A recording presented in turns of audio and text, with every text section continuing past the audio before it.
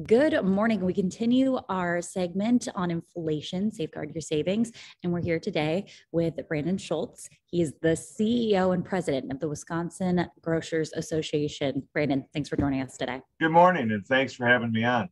Yeah, we're very lucky to have you on. So let's jump right into it. So how are we looking at prices right now? Are they continuing to go up? And if so, at what price? For the first time in gosh knows how many anybody's memory, we're facing sticker shock in the grocery store. And it's something that consumers have never, ever been used to because prices have always been reasonable. The grocery business is very competitive. So grocers want to get that best price on the shelf for people. But we're in a situation now where it's out of our control. It's as we've talked about, you've heard May talk about, it's a supply chain problem, because our partners up and down the supply chain can't produce enough product to put on the shelf. And it all boils down to one really simple word, and it's workforce. You don't have enough people to make enough products to put in the trucks, people to drive the trucks, get them to the grocery store, put them on the shelves. So because of that, let's go back to our old Econ 101 class where we missed that week and talked about supply and demand, right?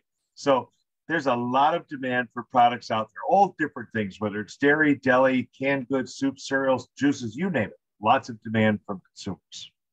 But supply is short, and supply is tough to get, and supply is erratic. One week you might have juice on the shelves, and the next week there might be nothing.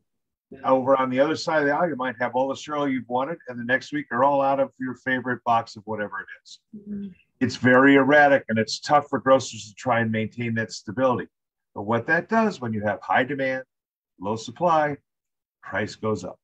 And it's just simple economics. Now, some good things on the horizon. The Fed is going to try and control inflation by raising interest rates. Kind of good, but maybe not so good if you're looking to buy a house or a car with those interest rates going up.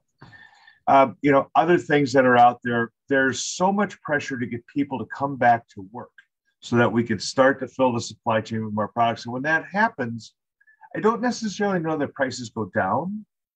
We're looking for stabilization in those price increases and these inflationary runs that we've been having. And I know this month we're going to have another little kick in inflation. One of the important things to remember, though, is when you hear reports that say inflation is up 6% or 7% or 12.5 or whatever number they're going to come up with, it doesn't mean that every product in the store is facing a price increase.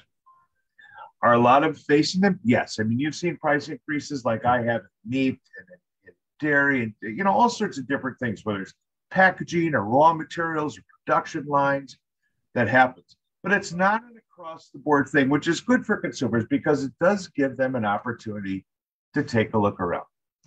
We know most consumers shop on price. I do, you do, who doesn't? They look for good quality, they look for customer service, but they can also still shop for deals and savings and on sale stuff. You see a lot of in-store specials. Fewer coupons from manufacturers, but grocers are trying to offer as many things as they can. We always recommend to people that when they go shopping, they should make a list, they should do meal planning, they should look for specials, they should look for private label. And this is something that's been not new, but over the years has started to expand into the store. You used to see a name your favorite name brand soup or name brand juice or name brand something. And that's what we all bought. We were all used to that name. But there's also now you see that same product with a different name and a different label. And in the industry, we call it private label. And it's made by those manufacturers with the same product, but just somebody else's label. And because it isn't a national brand, so to speak, it's much less. And so if you shop those private labels, it's not generic. It's not like a white package with a little red print on it or something. It's a private brand. It's got all the nutrition facts and everything else. It's the same product. It's priced very competitively, if not better. And a lot of people are looking at that as a way to save money. So you combine private label, in-store sales, coupons when you find them, as well as meal planning that lets you say, I'm gonna shop smart. I'm gonna get this and this and this. I'm gonna make 3 meals out of this and 2 meals out of this, and we'll have a special, something here. Yeah, that's right now. That's what people are going through because those are the options we have. We don't have many more until we see things start to stabilize. Brandon, do you think that it's better for the consumer price-wise to shop locally or to still support these big chains? Where do you think they're going to find the best price? Well, Wisconsin's a big state and it has lots of markets. Up in Green Bay, you have a lot of great stores, a lot of great markets. It's a tough question because it really depends on where people like to shop. Some people just love to shop their local small store grocer. You know, they can, maybe they have to go somewhere else. Others like going to a big box store that has lots of everything in it, more selection, more groceries. It really depends what their best feeling is. Some specialize in local products, others specialize in name brands. So it's really hard to tell somebody where their loyalty should go, but rather let them find it out. And they have so many options. I mean, you and I could get in the car and drive around town and we'd have our selection of 25 grocery stores and we'd find 2 or 3 that we'd like close to our house. And that's probably where we'd go. And I'll add one thing to that.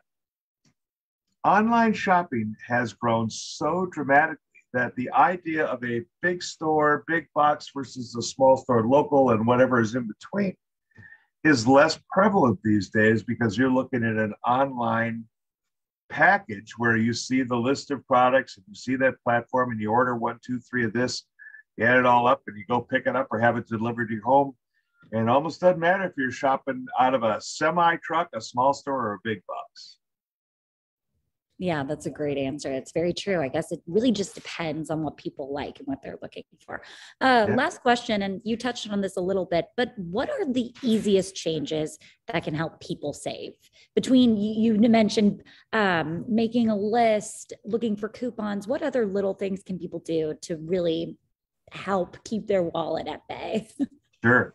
Well, one of the things we know that since, March of 2020, April of 2020, when everybody really changed their lives, their shopping patterns, what they did, they also became pretty good cooks at home. They learned how to, rather than making 3 meals a week and going out to restaurants a couple other days a week, they've learned how to cook. They've learned how to become great bakers too. So we've seen a lot of things at grocery stores that don't sell a lot of, when people all of a sudden say, oh my gosh, we're out of yeast. Who runs out of yeast? But what the point is that because they've become pretty good cooks and chefs and bakers, they have a different perspective from the kitchen than what they used to. So now when they do meal planning, they say, all right, this week, this weekend, let's try these 5 or 6 things, and I'm going to go out and buy them now. And I'm going to look for specials. I'm going to look to see what I can to get some in-store deals. And rather than going to the store and saying, oh, that looks good, that looks good, that looks good, that looks good. Now, I suppose I shouldn't say that, but impulse buying is something that's pretty prevalent to everybody who goes to the store. When you're shopping with a list, when you're filling out a meal plan program that you've put together for your family, it maybe helps you focus a little bit on where you're going to spend your money and what's going to come out of your wallet when you go to the checkout. That's great advice. Well, that's all the questions I have for you. Thank you so much, Brandon, for being with us today and giving us these tips. We really appreciate it. My pleasure. Thanks for having me.